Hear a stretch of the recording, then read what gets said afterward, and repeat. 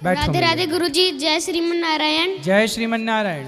गुरुजी मेरे 3 प्रश्न हैं। अच्छा, पहला प्रश्न, मैं गोवर्धन परिक्रमा करते करते कहाँ पे गिरिराज गया तो मैंने देखा कि वहाँ पे सब लोग दूध चढ़ा रहे थे।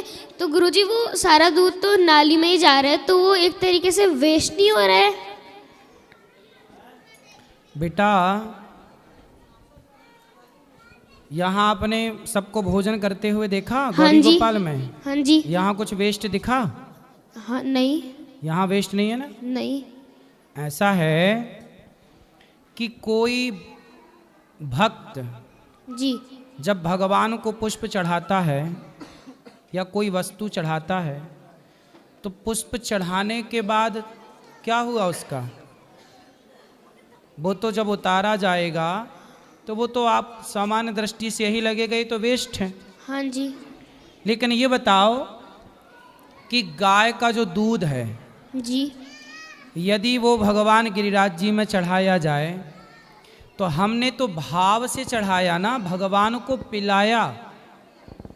क्योंकि बेटा प्रहलाद जी ने कहा कि इस खंबे पे भगवान हैं, तो खंबे से भगवान प्रकट हुए कि नहीं?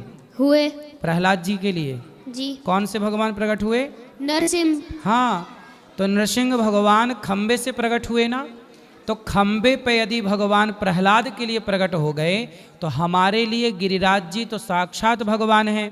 जब हम दूध पिलाते हैं तो सामान्य दृष्टि से तो यही लगता है कि नाली में जा रहा, पर भक्त के भाव से तो ऐसा लगता है कि वो भगवान ही ग्रहण कर रहे हैं। ठीक है? क्योंकि यदि भाव की दृष्टि देखी जाए, गरीबों में भी बांटना चाहिए बेटा, लेकिन गाय का दूध है, गाय रोज दूध देती है, ऐसा है ना। शराबी शराब पीता है, तो शराबी जब शराब पीता है तो बताओ शराब यदि 100 रुपए की आती है या 50 रुपए की आती है तो वो शराब पीने वाला पैसा वेस्ट कर रहा है कि पैसे का सदुपयोग कर रहा है? वेस्ट कर रहे हैं। वेस्ट कर रहा है जी। तो फिर किसी शराबी से ये क्यों नहीं बोला जाता कि आप पैसा क्यों वेस्ट कर रहे हो शराब पीकर? वो पैसा किसी गरीब को बांट दिया जाए, किसी की भूख मिटा दी जाए। क्यों नहीं पूछा जाता ये सवाल? शंकर जी के ऊपर दूध चढ़ाना, गिरिराज जी पर दूध चढ़ाना, वो गाय का दूध है। गिरिराज जी पर ही गैया चराते थे भगवान, गिरिराज जी पर ही गैया चराते थे भगवान। तो गिरिराज जी को ही भगवान ने गाय का दूध भी पिलाया। तो ये भक्तों का भाव है कि भगवान ने भोग लगाया, हम भी भोग लगाएं, हम भी भगवान गिरिराज जी को। वो दिखता है कि वेस्ट हो रहा है। और गाय का दूध तो देखो वहाँ बेचने वाले, उनको भी तो रोजगार मिलता होगा कि नहीं? हाँ जी। 5 रुपए का दूध बेच रहे हैं, 10 रुपए का दूध बेच रहे हैं, हजारों लोग दूध बेच के अपना रोजी रोटी कमा रहे हैं। तो शराब पीना यदि पैसा वेस्ट है तो शराबियों से क्यों नहीं ये सवाल किया जाता कि आप पैसा वेस्ट क्यों करते हो? ये गरीबों में क्यों नहीं बांट देते? ये बात सही है कि गलत है? सही है गुरुजी। केवल दूध को ही, गिरिराज जी को ही, शंकर जी को ही हम टारगेट क्यों करें? उन मूवी बनाने वाले सुपर डुपर स्टारों से भी तो पूछा जाए कि तुमने शंकर जी के ऊपर दूध चढ़ाने के लिए मूवी बनाई, तो किसी शराबी से पूछ लेते कि भाई तुम शराब क्यों पी रहे हो? गरीबों की तुम्हें तभी याद नहीं आई जब शराब करोड़ों की बिक रही और ये फिल्मी जगत के लोग शराब का खूब प्रचार करते हैं। अब बताओ आप क्या सही है क्या गलत है? आप बताओ। गुरुजी आपकी बात ही सही है। कौन सी बात सही है?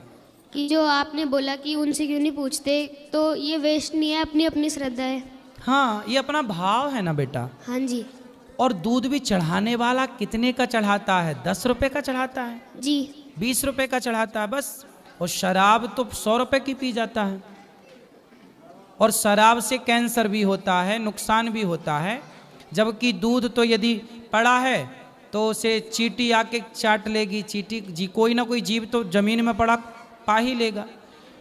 नाली में यदि बह रहा है, एक्चुअली क्या है ना बेटा, आजकल नालियां हैं, पहले जितने भी मंदिर थे, शिवालय थे, सारे मंदिर शिवालय नदियों के किनारे थे।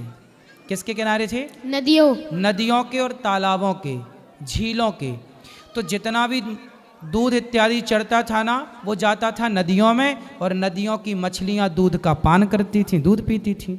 अब चूंकि वो नदियां ही नाला हो गई, अब जैसे यमुना जी हैं, हाँ जी।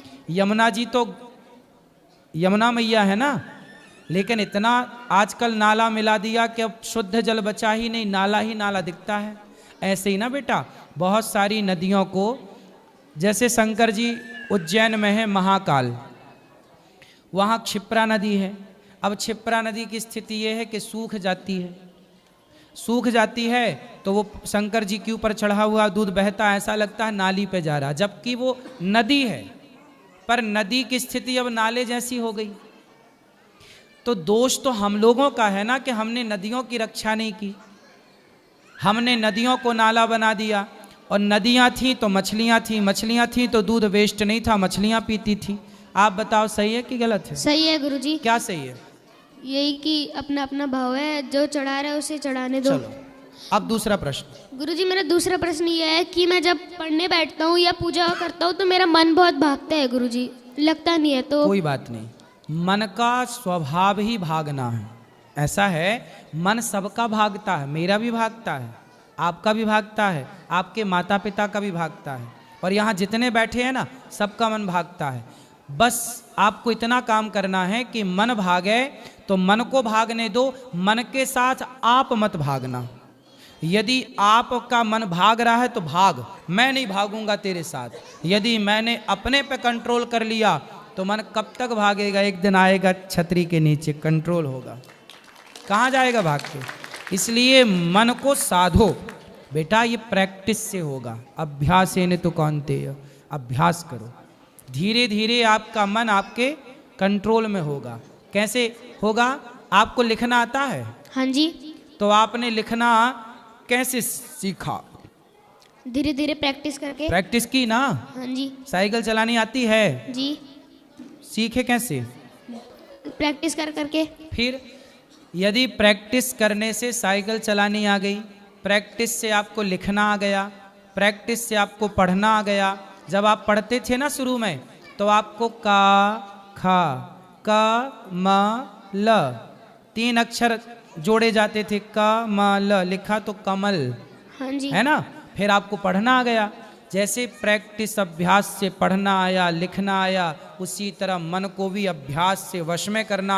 यदि प्रयास करो वश में करने का तो मन भी वश में हो जाता है धीरे धीरे। फिर मन भागेगा नहीं, कंट्रोल कैसे होगा? प्रैक्टिस करके होगा। करत करत अभ्यास के जड़मति होत सुजान। क्या करोगे मन को वश में करने के लिए?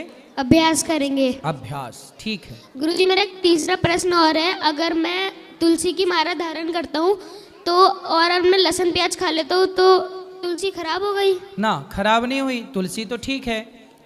तुलसी तो कंठ में है, हृदय में है, अच्छी बात है।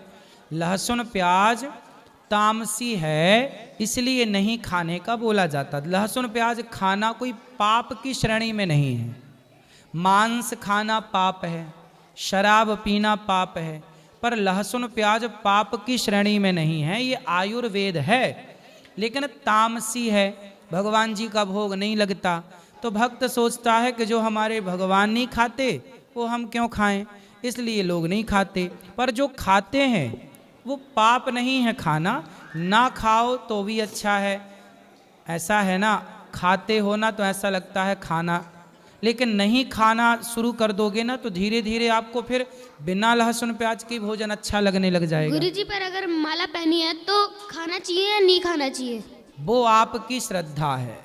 ना खाओ तो बहुत अच्छा है, धीरे धीरे छोड़ दो बहुत अच्छा है। खा रहे हैं आप तो वो पाप की श्रेणी में तो नहीं है। आप अपने